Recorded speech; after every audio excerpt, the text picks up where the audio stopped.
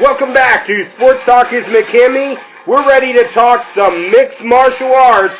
We're talking UFC 200 getting ready to come up, and we're talking about the return of someone that shocked the mixed martial arts world. I'm talking about the return of Brock Lesnar. He's going to be fighting in an already stacked UFC 200 card. He's going to be taking on the Samoan Mark Hunt, and that is going to be a battle, guys. I got to tell you, right now I'm thinking, did Brock maybe bite off a little more than he can chew? Mark Hunt is known as one of the most explosive strikers in mixed martial arts.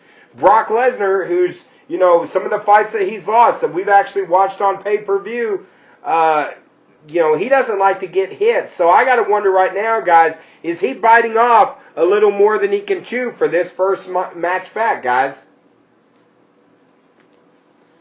I don't know, Dave. He's a beast, Brock Lesnar. And all I know is it'll be a war in that octagon when he steps in.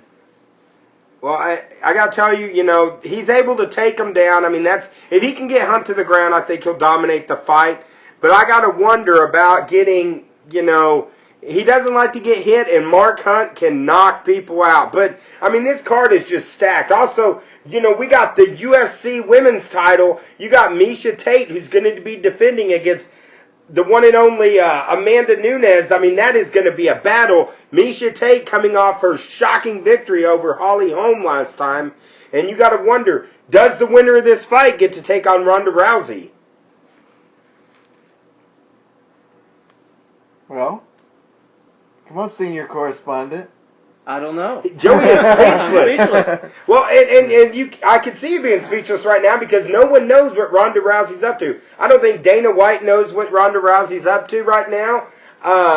Is she going to come back? Is she mentally going to be able to come back after getting knocked out by Holly Holm? But what a shocker, you got Miesha Tate that won that. The women's division's wide open.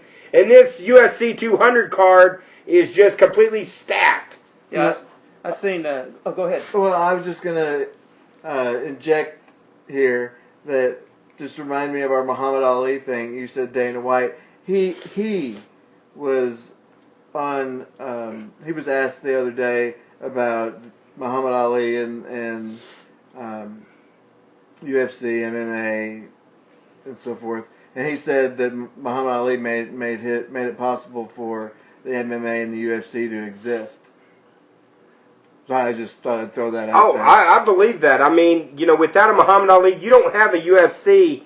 And of course, I've mentioned two of the other fights. I haven't even mentioned the main event yet. I'm talking John Bones Jones taking on UFC light heavyweight champion right now, Daniel Cormier. Of course, Jones had a long layoff, had some drug issues, went to rehab for a day. Then he got out, of course, had some other legal troubles. I believe you had a rant. Oh, yeah, we had a pretty good rant that was actually one of our throwback episodes that we aired on a Throwback Thursday on our Facebook page. I bashed him pretty good, but, I think Jones has Cormier's number. I think Jones is going to win that fight.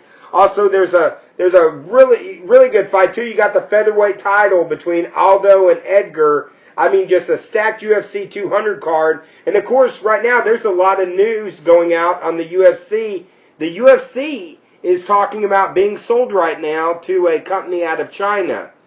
So I think it's going to be, quite a shock on, whether the UFC is going to sell or not. But Dana White and them have a stacked card. It didn't look like the card was coming together with injuries and other things that's come out. Now seems like things are lining up for a night of truly epic proportions with UFC 200. And of course, for the 200 show, they want it to be something big, and it's looking like it's going to be something big. And this is actually going to be held on my birthday on July 9th. Then some more big news that came out this week. You got Nate Diaz and Conor McGregor, who are also have set up the rematch from McGregor losing his shocking first match. Diaz and McGregor, and we talked about this before, Mike, on one of our previous rants, when we were shocked that Conor McGregor got choked out. What's going to happen in that fight on UFC 202? I got no clue, Dave. I haven't seen either one of them fight. supposed to at least play with me more. I think this segment's dead. No, this segment's fine. I've watched maybe 10 UFC fights.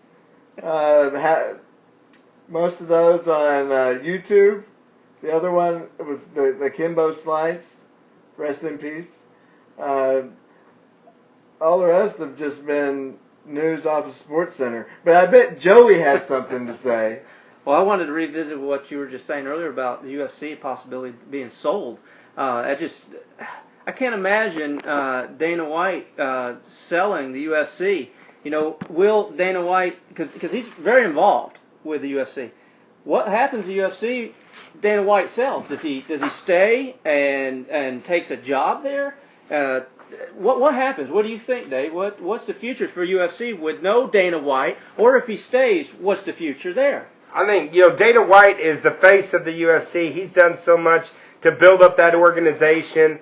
I can't see him. Of course, right now I believe he's a minority owner of the company. I can't see him getting out of his involvement of the UFC. I think he loves it too much. I think he loves stirring stuff up.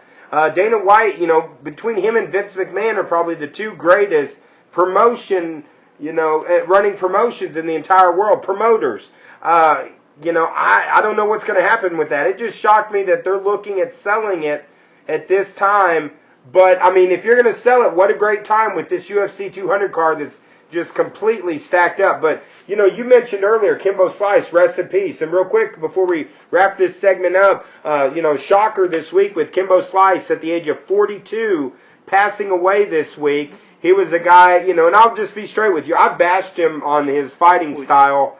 I have not been a fan of his fighting style, but anyone that steps in the ring and fights, you got to have heart. And I think that's something. Kimbo Slice maybe didn't have the technique. He got in the MMA game late, but he always showed that he fought with heart, gave it his all, and he was a guy that pretty much, I've never really heard anyone bash him. All the fighters have nothing but respect for him, and he had respect for the game, and, for his family and stuff, having to go through this time of loss right now, just absolutely tragic. And ironically, it's the heart that killed him.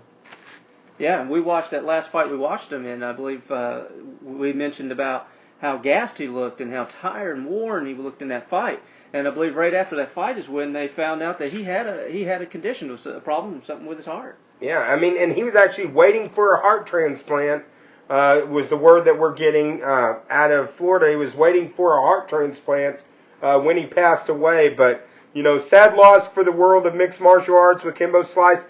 He brought the biggest ratings in the history of MMA on televised TV for the Kimbo Slice fights. So he brought people to watch it. I think the reason why people did come to watch the fight because everybody knew his background. The majority of people out there, I think, knew his background and knew where he had come from.